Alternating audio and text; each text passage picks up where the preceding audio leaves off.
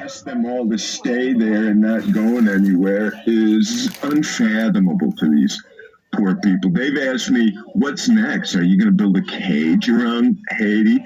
So let's turn to immigration. The Biden administration in 21, after the assassination, treated Haiti not as hemispheric and global leaders, but as somebody just trying to sweep something under the rug for domestic politics and hoping that it wouldn't blow up. And now their worst nightmare has occurred here a few months before the elections. And as Haitians and I have been predicted the whole time, it has now completely come unspooled. And the Biden administration is flailing. The idea that you can scoop up every Haitian that's fleeing Haiti on these unseaworthy boats is a dangerous concept. I'm concerned for our own Coast Guard folks. Boarding and seizing and taking migrants into custody is a very dangerous thing, particularly in the seas between Haiti and Florida, which are quite rough. And you're taking a lot of risk on our own security officials in doing this. But at the end of the day, what are we accomplishing in doing this other than telling Haitians not to come here? Our economy is on the verge of a terrible recession a year ago. That never occurred, and nobody's ever asked why. If you look and ask economists, it's because the huge migrant influx has prevented that, because we need that labor. And the fact that we can just keep out desperate people from Haiti is a concept but not a reality. You can close the border, as the Biden administration has talked about doing. I live right across from the border with Canada, and there's no way that we can stop people from coming across our enormous borders if we try. Ambassador Danfoot, I want to thank you for being with us. Former U.S. Special Envoy for Haiti resigned his post in 2021 over what he called the Biden administration's inhumane treatment of Haitian asylum seekers. Next up, as Donald Trump once again escalates attacks on migrants, talking about them as animals, we'll see a film that, to say the least, changes the narrative. It's called Unseen, profiling a blind, undocumented social work student named Pedro. Back in 20 seconds. All the people, in some cases, they're not people, in my opinion, but I'm not allowed to say that because the radical left says it's a terrible thing to say. They say you have to vote against him because did you hear what he said about humanity? I've seen the humanity, and these are bad. These are animals, okay? These are not people, these are animals. Trump's also touted fake news about crime rates by undocumented immigrants, even though studies show U.S.-born residents are much more likely to commit crimes than undocumented immigrants, including violent crimes. Meanwhile, President Biden said he regrets using the word illegal during his State of the Union address to describe a Venezuelan immigrant accused of killing a Georgia nursing student, Laken Riley. Biden will campaign in the battleground border states of Arizona and Nevada today. Well, a new film hopes to reframe the narrative entirely. It premiered Monday night on the PBS documentary series POV called Unseen, profiles a blind, undocumented social work student named Pedro. The film's accessible for blind and low vision audiences. This is the trailer.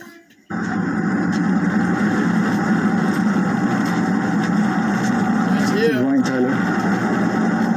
Gus is coming.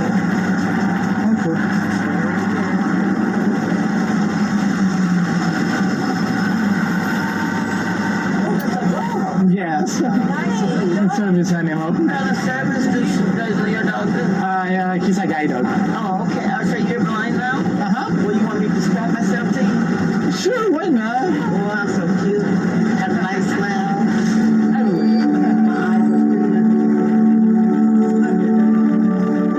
After you have a disability, you're going to have some type of impediment. But the intersectionality between being undocumented and having a disability, it plays a lot of stress and anxiety into you. I decided to study social work. I wanted to help people. I wanted to give an opportunity for those that that they didn't have an opportunity. On our path, there are gonna be some obstacles. So I want you to go swipe left and right, hover from shoulder to shoulder, just to see if we can find out obstacles.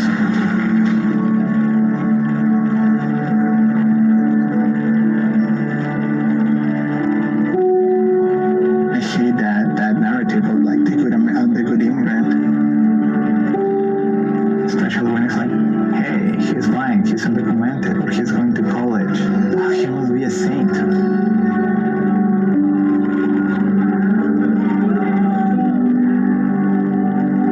Yes, I'm here. I was able to make it this far, but how many people had to sacrifice for me to get a chance? The trailer for Unseen. We're joined now in Los Angeles by its director, Seth Hernandez. Welcome to Democracy Now! Congratulations on this amazing film. If you can talk about your journey making it with your friend Pedro, and I mean, just the title Unseen, of course, invoking undocumented and immigrants, as well as Pedro's sight challenges, and even the framing, the way you make it out of focus for us all to try to see what Pedro sees. Thank you so much for having me, Amy. I've been a big fan of the show and truly grateful for the journalism that you all do at Democracy Now! Unseen really started with me meeting Pedro years ago at a program for undocumented young adults. And I feel like with the film, to your point about the title, while the film kind of uplifts the experiences of undocumented and disability through Pedro, I think at the end of the day, the film is also about vulnerability, because often the discourse about immigration, as you just played the clips, with Donald Trump, it's often kind of coming from this place of the political, the election. And I think for me as an undocumented immigrant myself also, I'm really interested in how can we amplify and uplift the internal and inherent humanity of undocumented folks. And I think at the end of the day, when people watch the film, they're able to connect with the vulnerability that Pedro portrays and that inherent humanity that we uplift from the undocumented and disabled perspective is really what's at the heart of this project. You begin with Pedro and his dog as a dog lover, but how touching it is, this team that makes their way, navigates life. And, what Pedro is doing as a social work student, working with those who are challenged, particularly blind, also dealing with one of the worst massacres in U.S. history in Las Vegas, particularly focusing on Latino victims. I think so much of the film really uplifts the intersectionalities, because when we think about immigration, I feel like the discourse in this country only just focus on immigrants as immigrants. And through Pedro, we are really uplifting how the different intersectionalities of our experience, in Pedro's case, being an undocumented immigrant who also has disability, and also mental health, and how so much of the conversations of fear-mongering, to be honest, even that our communities experience, impacts the way we think about our future and uncertainty. And I think with the film, we really are uplifting the experience of interdependence and how we as a community can continue to lean on each other, which Pedro and his community, through Tyler, his guide dog, his family, his mentors, his teachers, are really showcasing, because it's so difficult to just rely on the state for so many of us, and really claiming ownership over our lives in this way. Talk about the challenges. I want to go to another clip from Unseen. When you, Seth, you're the director, you reunite with Pedro. Pedro, it's been a few years since we've last spoken. How have you been? My grandma passed in 2018, and that created a trauma to me. She was already feeling sick 2 weeks prior to her passing. Instead of slowing down prioritize my family over anything else, I decided to go to school on a Sunday to study, to prepare for a final. And I was there.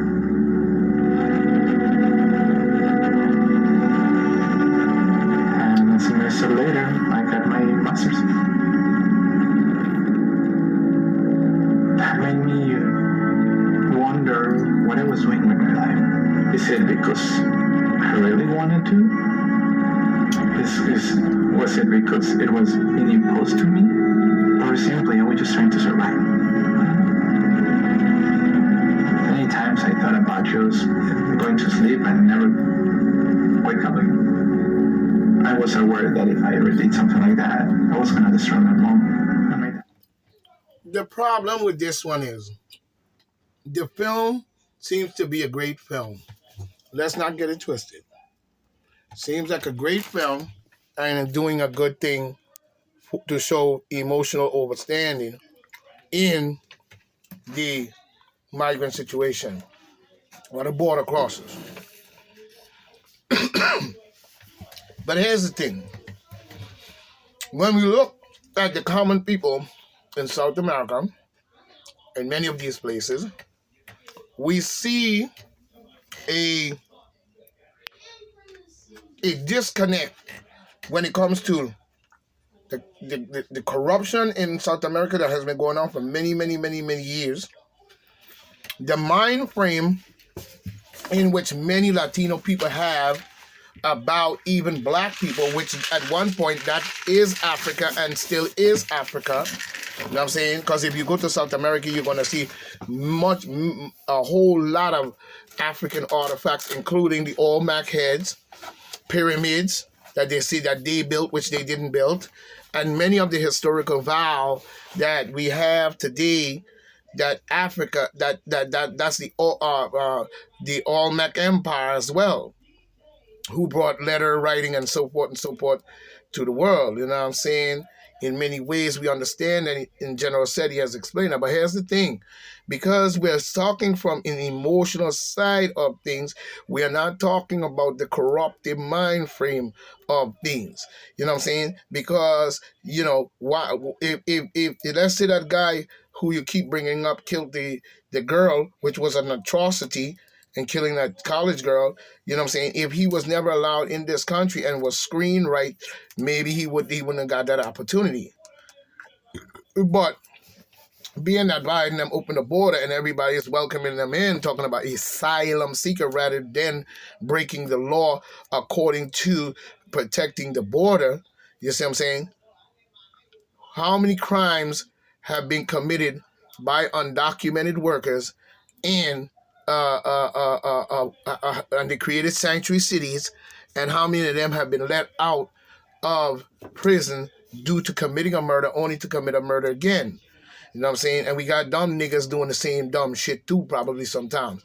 You know what I'm saying? But at the same time, we see a lot of undocumented shit went on. Let's go back to the 2016. Let's go back to Hillary Clinton and many of these things. They have been, you know, looking out for these people, over American people for years. You see what I'm saying? Because when you come to Hillary Clinton and the Demon Democrats, they don't give a flying fuck about the United States. They don't give a fuck about you. Because if they did, they wouldn't have an open border policy to begin with. You know what I'm saying? The policy would be based on the same policy that is stretched to you when you travel into other people's country as well. But see, the Demon Democrats use the word America, which is saying all the people of America agree with the policies in which they put forward, as if they're putting forward a policy that is a reality policy based on any type of policy and protection of the United States citizens that we call Americans. So in other words, when they decide to make these rules and laws, you know what I'm saying, and then try to back it up by saying that we're unsensitive to the situation, is a bold-faced lie. Again, the Demon Democrats like to think for you. So get out of that mind frame. And I hate to use this phrase, stop licking ass and balls. You have to start standing up for yourself as an American and say that we do not agree with none of creepy Joe Biden's policy when it comes to the asylum seekers, our borders, Ukraine, and also the Gaza Strip. As long as you keep voting and giving this man any type of love or vote or support, you are contributing to the destruction of the future of yourself and your children, and therefore many of your family members. The only difference between the Gaza Strip and what we see going on in Ukraine and different places across Sudan, Ethiopia, Africa as a whole, all this killing and murdering and shit. Notice much of it is stabilized only on the fact of saying that they have a right to do so. Now, when you do the research, have anybody truly done a research on Israel, which is an invasion and a name? The name does not amount for what the people who moved in there did. They just named themselves that or put themselves in a biblical Bible to say that that is true and that they have a right to do that. But when you talk about the scripture, when we look at it in more ways than one, how many people have they genocide based on this ideology? If you look at the scriptural book that they rewrote and put their name in there to be the champion, you know what I'm saying, you would realize that their God has allowed them to genocide people, billions and millions of people. You know what I'm saying? But they always talking about their so-called Satan. Satan has probably never killed that many people, or probably have even just as much, but in a different way. So it's what we see coming to light today and have always been the light of itself in itself. So they use the book in order to cover up the satanic bullshit that they were doing and blame it on their so-called God that tell them it's all right to do so. So when we look at the sympathetic understanding of this film, you know what I'm saying, we understand the regular sympathetic people. We understand the common people. We understand that people want to live a life, but the racist garbage that has been put into their head over there as well, you know what I'm saying, against black people, you know what I'm saying, who went over there and they got murdered, and then they turned around and said they were sorry, you know what I'm saying, I forgot what black people it was, you know what I'm saying, and been doing shit like that, you know, kidnapping, raping, killing, murdering, all types of bullshit has been going on in South America, and you're going to sit there and tell me that one guy, you know what I'm saying, in a sympathetic understanding of his life is going to speak for all the garbage that has been going on in South America, which is Africa, the land of the gods, probably, you know what I'm saying, and all this and that. You know what I'm saying? So we have to start to look at this thing from a brighter perspective and not the perspective of someone else trying to sympathize our mind into believing what they want us to believe. You know what I'm saying? We have to be more stronger than that now. You know what I'm saying? To see the facts before the fable. You know what I'm saying? And the facts will overrule everything. So when we sit here and wait for someone else to sympathetically blow our mind, you know what I'm saying, it doesn't speak for the truth and the facts that is. This is why I listen to many of these programs and I put it up there, you know, like, you know, Democracy Now! And so on. But Democracy Now! Is not always online with the truth, is online with a certain vibe that they kick. But we must examine all knowledge and all information at all times. It's important because that will lead you to the research that you need to do your research in order to be able to dig deeper into the situation in which is before your face. Remember, we explained that before. Life does not start when you are born. It didn't start, it was burning before you got there, and it's going to probably be burning long after. You know what I'm saying? So when you come into existence, there is no way for you to know every single goddamn thing that went on. So you're picking up as you go along, and you're learning, and you're doing the research, which is very important and is a great measure for you. You know what I'm saying? Hooray for those who are doing that. And it leads to an understanding of now when we speak about open border policy and we speak about them trying to change the word from illegal crosses of the border into migrants and asylum seekers to get on our good side, you know what I'm saying, using this reverse psychology shit, you know what I'm saying, you must not go for that. You have to go for the facts and what took place and what is going on there in their country, as well as what this creep, Joe Biden, your so-called creepy ass nutcase idiot, is doing to our country as a whole, in the whole spectrum of the political scene that they're using to do so. You know what I'm saying? Because if it was up to the people without the political scene to do so, then we would be able to do a lot more by getting these beasts out of our way. But they allow these beasts to scatter shot their brain so bad over the many years. And the proof of that, just look at hip hop. Just look at disco music. Just look at rock and roll.